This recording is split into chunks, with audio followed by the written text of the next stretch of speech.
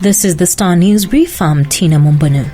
President William Ruto's administration has detailed a strategy to deal with the Al-Shabaab militants as brazen attacks by the militia surge with more than 30 casualties in under 2 months. In a new strategy, the government will be conducting an intelligence-led operation relying on the local communities to help in the identification and flushing out of the militants. There have been concerns that indigenous Kenyan people could be working with the Al-Shabaab, giving intelligence and aiding. Get a copy of the Star by subscribing to our e-paper for only 40 shillings by logging on to www.mgazzetti.com.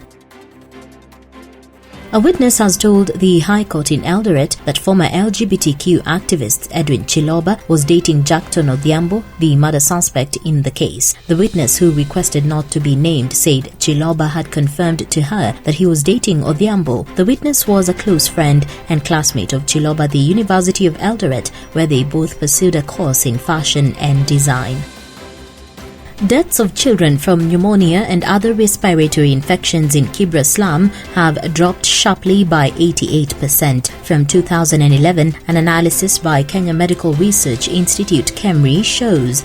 However, many of the survivors are later felled by diarrhea, TB, HIV and malaria. KEMRI experts attributed the drop in acute respiratory infections and pneumonia deaths to the introduction of the pneumococcal vaccine in Kenya in 2011.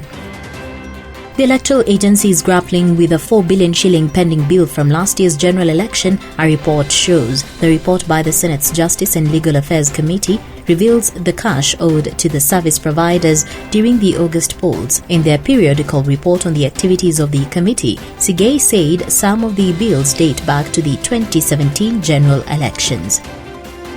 And hardline positions and grandstanding are threatening to scuttle the mediation talks between President William Ruto and Azimio chief Raila Odinga as the two sides sharply differed ahead of the talks. Ruto's side on Wednesday unveiled its team of 5 negotiators with clear instructions to deliberate on only 5 agenda issues. National Assembly Majority Leader Kimani Ichung'wah will lead the Ruto delegation in the talks that followed weeks of violent anti-government demonstrations.